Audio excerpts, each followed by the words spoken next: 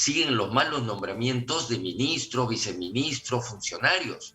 O sea, el nombramiento del ministro de Relaciones Exteriores, que ha durado 1 mes y 4 días, es una muestra más de una mala decisión política, viendo tan buenos embajadores de carrera, preparados, con prestigio, ex embajadores de alto nivel. ¿Por qué tienen que nombrar a una persona que va a durar 1 mes, que ha creado problemas en el Ministerio de Relaciones Exteriores?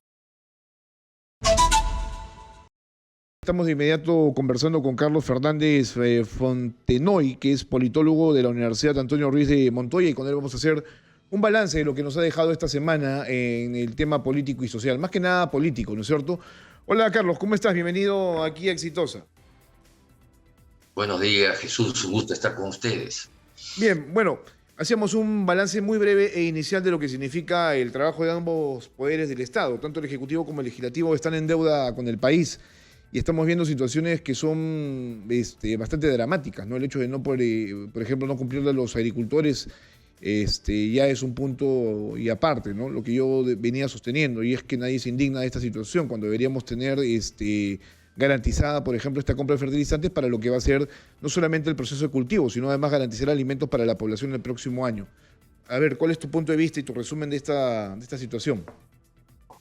Mira, en resumen, lo que podría decir es que en esta semana hemos seguido con un proceso de desgaste político del Poder Ejecutivo y de de la continuación del proceso de descomposición de los partidos políticos del Congreso de la República.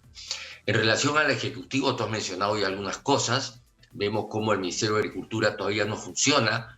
Si bien el ministro Alencastre pues, es un buen académico, es un teórico que conoce el sector agrícola, pero otra cosa es ser un buen ejecutivo, un buen gerente, un buen administrador, un buen gestor, ¿no? Y parece que por ahí, no sé si no ha armado un buen equipo, que por las razones que sean, no ha logrado este objetivo importante. Pero en el Poder Ejecutivo no solamente es el problema de la URIA, que ya es preocupante, sino vemos que también siguen los malos nombramientos de ministros, viceministros, funcionarios. O sea, el nombramiento del ministro de Relaciones Exteriores, que ha durado 1 mes y 4 días, es una muestra más de una mala decisión política, viendo tan buenos embajadores de carrera, preparados, con prestigio, ex embajadores de alto nivel. ¿Por qué tienen que nombrar a una persona que va a durar 1 mes, que ha creado problemas en el Ministerio de Relaciones Exteriores? Lo mismo podemos decir del ministro de Transportes que está siendo interpelado, lo quieren censurar por indicios de corrupción. Lo mismo podemos decir del viceministro de Transportes que acaba de ser sentenciado a 6 años de prisión, 6 años de prisión por corrupción, que ha tenido que renunciar ayer, ¿no? Y luego, bueno, podemos pasar también al Poder Legislativo, ¿no? El proceso de descomposición de los partidos, de las bancadas, también es preocupante. No solamente Perú Libre se ha dividido en 4 o 5 grupos, no solamente Acción Popular está en un proceso de descomposición por actos de corrupción de los niños, sino ahora también Alianza para el Progreso, ¿no? Que están peleándose entre ellos, denunciándose. Entonces, es muy preocupante la situación y frente a eso hay que tomar medidas. Ahora, Ese es un pequeño resumen de lo que podría decirte de esta semana. No, bueno, tú obviamente has hecho un balance bastante interesante. Yo me he quedado corto, me quedé solamente en el ministro de Agricultura, pero claro, ha renunciado en las últimas horas para que el público lo sepa. A esta hora de la mañana, el ministro de Relaciones Exteriores, el canciller, ¿no es cierto?, en clara discrepancia con las decisiones que toma el propio presidente de la República. Cuando uno asume un ministerio o ser ministro, pues obviamente de inmediato se alinea a las políticas de gobierno, no puede ser contrario a eso. Sin embargo, uno no espera que el propio presidente se ponga en contra tuya, ¿no es cierto?, con aquellas cosas que uno decide. Entonces, lo que ha pasado con el señor Miguel Ángel Rodríguez Maquí es que el propio presidente prácticamente le ha enmendado a la plana, ¿no? En temas como el caso de la Conmemar, el tema como la República esta Saharaui, ¿no? Donde el presidente ratificaba, por ejemplo, el compromiso con esta república de mantener relaciones cuando el propio canciller había dicho que esto no va, ¿no es cierto? Es más, habíamos roto estas relaciones en ese aspecto. Entonces, claro, ahí estamos viendo, por ejemplo, cómo es que se dan contradicciones dentro del propio gabinete. Tú planteabas soluciones. ¿Cuáles podrían ser esas, no? Mira, hay dos tipos de soluciones que venimos planteando entre la primera y segunda vuelta, que ya sabíamos pues de las virtudes y de las limitaciones del presidente, ¿no? Y en donde casi todos coincidíamos es que el presidente, por su poca experiencia en el sector público, en gobernar, ya sea el gobierno nacional, gobierno regional o gobiernos locales, no tenía ninguna experiencia y no conocía cuadros profesionales. Lo que se le recomendó, y hay que seguir repitiéndoselo, pero ya con pocas esperanzas de enmienda, es que nombre a un buen primer ministro. Tiene que nombrar a un buen primer ministro que, según la Constitución, el primer ministro tiene que seleccionar a sus ministros. Quien elige a los ministros no es el presidente según la Constitución. Quien elige, selecciona a los ministros es el primer ministro. Entonces, si tú nombras un buen primer ministro, pues va a seleccionar un buen equipo. Es como si nombras un buen entrenador, pues te va a escoger a buenos jugadores. Pero lo que ha pasado es que hemos ido pasando de un primer ministro a otro, ¿no? Y ya vemos que no ha armado buenos equipos. Nombran pésimos ministros, siguen nombrando malos ministros. Entonces, la primera recomendación y salida al presidente es que por favor nombre un buen primer ministro, que arme un buen gabinete. Él, obviamente, según la Constitución, el presidente, a la propuesta del primer ministro de gabinete, él la aprueba. Obviamente tiene que aprobarla o decir, no, mejor este no, este sí, pero quien arma el equipo es el primer ministro, y eso hasta ahora no ha funcionado. Vemos cómo un ministro tras otro, tenemos más de 60 ministros en un año, y seguimos cambiando. Ya es el cuarto, ya va a ser el quinto ministro de Relaciones Exteriores, 7 ministros del interior. Así no puede funcionar un gobierno, así no puede caminar. Claro, ese es en el lado del Ejecutivo, pero el Congreso también le es funcional al Ejecutivo en estos momentos, ¿no? Porque van de crisis en crisis. El hecho de que esta semana nos habíamos quedado sin presidenta del Congreso o presidente del Congreso de la República también dice mucho de cómo es que se están manejando las cosas en ese ambiente, ¿no? O en ese espacio. Así es, en el poder el legislativo, bueno, está igual o peor que el poder ejecutivo. Y eso simplemente refleja ya, digamos, un ciclo de vida de los partidos políticos que ya no dan más. A gritos se espera un recambio, ¿no?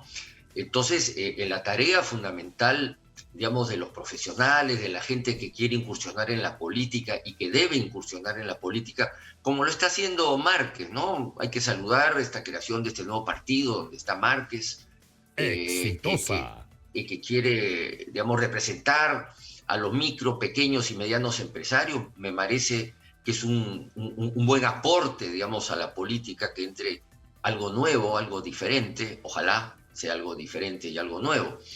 Pero tienen que crearse otros grupos. Estamos viendo buenas señales en la sociedad civil.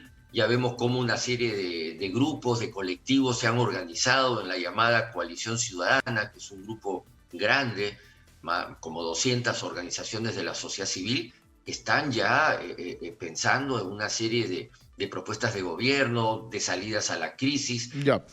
Y por otro lado, vemos también dentro del espectro político una serie de colectivos, de partidos, que ya están en conversaciones en vistas de ir creando una especie de frente más de centro reformista, ¿no? El grupo de Márquez es más un grupo de centro derecha probablemente, sí, y lo que hace falta es un centro más reformista, ¿no? Claro, bueno, Ricardo Márquez, y eso yo creo que está en camino. Claro, están haciendo, ¿no? Claro, para que lo sepa el público, Ricardo Márquez fue presidente de la Asociación de Exportadores hace si no me equivoco, ¿no es cierto? Hace tan solo algunos meses, ¿no es cierto? Entonces él está tratando, obviamente, de presentar una propuesta completamente distinta, poniéndose en el centro. El centro en estos momentos está completamente desaparecido. Tienes derecha e izquierda básicamente polarizadas cada uno en sus extremos, pero no hay quien se ponga a la mitad para poder tratar de tener al menos una propuesta mucho más ecuánime, ¿no? En función a lo que se está presentando en estos momentos. Yo decía que Así es, mira, disculpa Jesús, cuando hablamos de centro, estamos hablando de un espacio político que es como una moneda de dos caras, ¿ya? Una cara es el centro derecha y la otra cara es el centro izquierda. ambos pertenecen al centro político, porque el Exitosa. centro-centro es un punto imaginario entre dos extremos. Entonces, ya que alguien sea de centro-centro puro, pues es imposible. Los grupos de centro-derecha, si bien se preocupan por los problemas sociales, se preocupan más por problema económico, ¿no? Cómo marcha la economía, el crecimiento económico, las empresas, lo cual está muy bien, ¿no? Es necesario que alguien se dedique a eso, ¿no? Y el centro-izquierda, que también se preocupa por el tema económico, pero le da más énfasis al problema social, ¿no? Entonces, en los países que hay una cierta estabilidad política es donde el centro, ya sea en sus dos caras, es fuerte, está unido, ¿no? Y plantean una serie de reformas que pueden ser negociadas, conversadas. Claro, etcétera, o sea, buscas obviamente cuando eres centro poder dialogar con ambos frentes, ¿no? Cosa que no se está dando en estos momentos. Si hubiera un poco más de unidad, tendríamos al menos una salida democrática que apunte obviamente a un cambio bastante drástico en todo lo que estamos viendo en estos momentos, ¿no? Pero eso no existe en el Congreso de la República, como ya lo hemos venido sosteniendo. Ahora, yo decía, ¿no? A propósito de toda esta crisis que estamos viviendo, porque los poderes del Estado están enfrentados, pero además están bastante descontinuados en el sentido de hacer política, que es lo que necesitamos. Yo planteaba, y creo que me sumo también a esta situación de que se vayan todos. No sé si tú estés de acuerdo con eso. Hay quien en el Congreso, por ejemplo, está planteando adelanto de elecciones, pero no veo esa figura siendo tomada por todos los que están ahí presentes, ¿no? Yo creo que está claro que no funciona ni el Poder Ejecutivo ni el Poder Legislativo. Es necesario un recambio político, pero la población todavía no ve una alternativa clara de un grupo mejor de los que están ahora, porque tú no vas a ir de Guatemala a Guatepeor, con todo respeto a Guatemala, o a nivel popular, como se dice, no vas a cambiar mocos por babas. O sea, si vamos a sacar este gobierno es para poner a alguien mejor, a un grupo político mejor, y me da la impresión que todavía ese grupo mejor todavía no es percibido por la población. Yo creo que se están organizando una serie de grupos, se están empezando a articularse, a coordinar.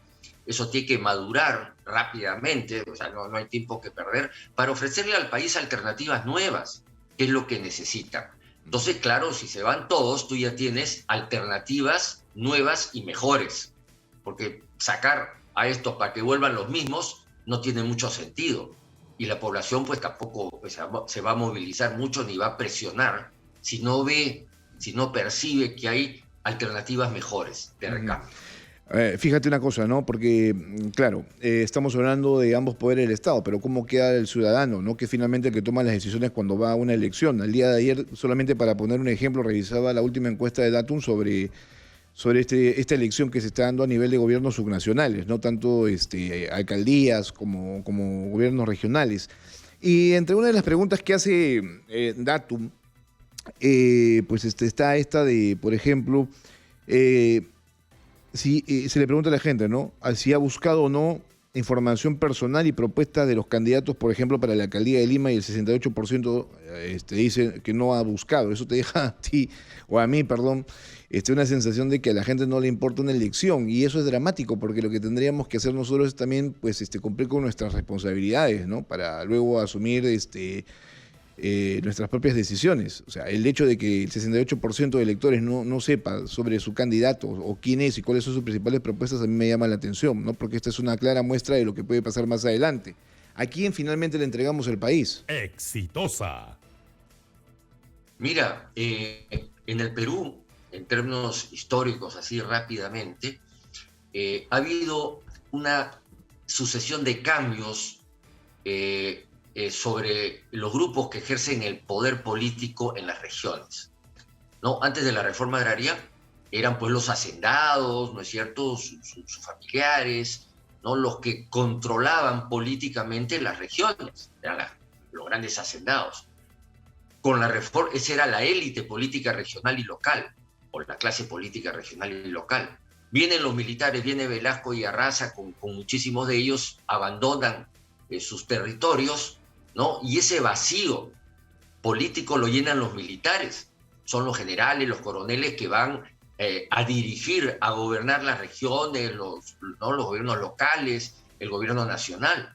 Pero cuando se van los militares, esta élite política militar, ¿no? ¿Quiénes reemplazan a esta élite política militar? Entonces, ese vacío dejado ha sido llenado por los actuales gobernadores regionales, alcaldes provinciales y distritales. Es decir, es una clase política, una élite política nueva, pero que desgraciadamente está repitiendo pues viejas taras, viejos defectos, ¿no? Como son la corrupción y la incompetencia. Porque, claro, no están preparados, eso se ve en que no hay capacidad de gasto para elaborar buenos proyectos, para gastar el dinero en cosas que la población necesita, como es agua, desagüe, pistas, salud, educación. No hay una élite política nueva todavía a nivel regional y de gobiernos locales, y el nivel de corrupción también es muy preocupante, ¿no? Entonces, todavía no se llega a formar una nueva clase política regional y local, ¿no? Ese es un problema también para el país. ¿Cuántos gobernadores regionales y alcaldes están presos y acusados por corrupción? Es increíble, es altísimo. El número, casi todos están enjuiciados. Entonces, ahí no vemos tampoco, así como en el gobierno nacional, el Poder Ejecutivo y Legislativo tiene serios problemas, también en los gobiernos regionales y locales vemos también serios problemas que el proceso de descentralización no pensó, porque alguien tiene que gobernar en las regiones y en los gobiernos locales, y si no hay gente preparada y honesta, pasa lo que pasa. Entonces hay plata, pero no se gasta, y encima piden más plata. Ese es el problema que hay ahora, parece, con el ministro de Economía, que le están pidiendo más plata y el ministro de Economía le dice: ¿cómo te voy a dar más plata si con la que te doy no la gastas? Primero gastas lo que tienes y después te doy más plata, pide más plata. Entonces hay un problema ahí de gestión, ¿no? De buen gobierno, que claro, digamos, tiene que resolverse de cierta manera. A ver, ¿por qué hacemos un balance de la semana todos los sábados? Porque, claro, habría que hacerlo nuevamente, entender al público de que hay hechos que son bastante concretos. El presidente de la República ayer daba una entrevista y decía él que pues, es víctima, obviamente, de una persecución básicamente judicial, policial, ¿no es cierto? Y además es víctima de, por ejemplo, de quienes son sus contrarios a nivel político. Sin embargo, los hechos dicen otra cosa, ¿no es cierto? Al menos sobre gestión, las cosas no están bien para su gobierno, ¿no? El hecho de no solamente concretar la compra de Auria por tercera vez, sino, por ejemplo, el tema de la renuncia del canciller por contradicciones, obviamente, en la política de relaciones exteriores del país, que además nos deja muy mal parados, porque, claro, ¿cómo es que nos perciben los demás países con los que hacemos negocios o tenemos algún tipo de relación? Está el tema, por ejemplo, de no cumplirle a los pacientes con cáncer. Esta semana se ha evidenciado, obviamente, un manejo ahí no solamente político, sino bastante lamentable de la situación. El hecho de, por ejemplo, no cumplir con ellos. El tema de Petroperú, que esta semana sus acciones han sido calificadas de prácticamente basura, ¿no? Por una calificadora internacional, entre otras cosas más. Entonces, o sea, la gente, usted que nos está viendo, nos escucha, que bueno, está desarrollando algún tipo de actividad este fin de semana, tiene que saber exactamente qué es lo que ha sucedido este fin de semana. Hechos concretos, no vamos aquí a especular sobre determinada situación, pero es lo que está pasando. En todo caso, aquí no hacemos una crítica destructiva, sino una crítica constructiva en función a cómo se van dando las cosas. Y esto es lo que está pasando en el país. Ahora, no solamente pasa por el Ejecutivo, sino también por el Congreso de la República. ¿Cómo ves tú, ya para ir terminando, Carlos, lo que va a pasar el día lunes con la elección del nuevo presidente del Congreso? Porque es que además tampoco es que haya algún tipo de coalición, algún tipo de situación en la cual, por ejemplo, puedan ellos tomar algún tipo de decisión coordinada para tener al menos una o dos candidaturas. Tenemos 6 pretensiones para la presidencia del Congreso de la República. Yo creo que las cosas no van a cambiar mucho. El proceso de composición del Congreso y su consecuente desprestigio creo que va a continuar. Hay un sector, claro, que quiere sacar a Castillo y siguen apareciendo más indicios de corrupción o más pruebas sobre los casos que se están investigando. La situación de Castillo va a peligrar. Y una salida que el Congreso podría manejar es destituir a Castillo y poner pues a su vicepresidenta, ¿no? a Dina Boluarte, y que Dina Boluarte pues nombre un primer ministro que no es capaz de nombrar al presidente y arme un gabinete mejor, porque al presidente ya se le dice en todos los idiomas que elija bien a sus ministros. No puede ser de que estemos en la inestabilidad política que hay, que a cada rato estamos cambiando de ministros. Entonces los pobres funcionarios ya no saben qué hacer. Entra un ministro y dice una cosa, entra otro y dice otra cosa, los enjuician a sus jefes de corruptos, no conocen los temas, no están preparados. Eso tiene que terminar, pero no es fácil, ¿no? Porque hay un acuerdo implícito en que nos quedamos todos, ¿no? Entonces, ¿cómo nos quedamos? Y al mismo tiempo sacamos al presidente. Entonces, una de las posibilidades que seguramente está en la cabeza de muchos congresistas es la de sacar a Castillo, no que lo reemplace Dina Boluarte y que arme pues un gabinete diferente, ¿no? Un mejor gabinete, que elija mejor, porque el problema es que el presidente no tiene capacidad para elegir bien, y eso no lo decimos nosotros, son los hechos, como tú dices. No puede ser que haya un ministro de Relaciones Exteriores que dure un mes y hay otros que han durado 45 días. Eso no puede continuar. No debería continuar. De poder continuar, puede continuar, pero no debería continuar. Habría que darle alguna solución.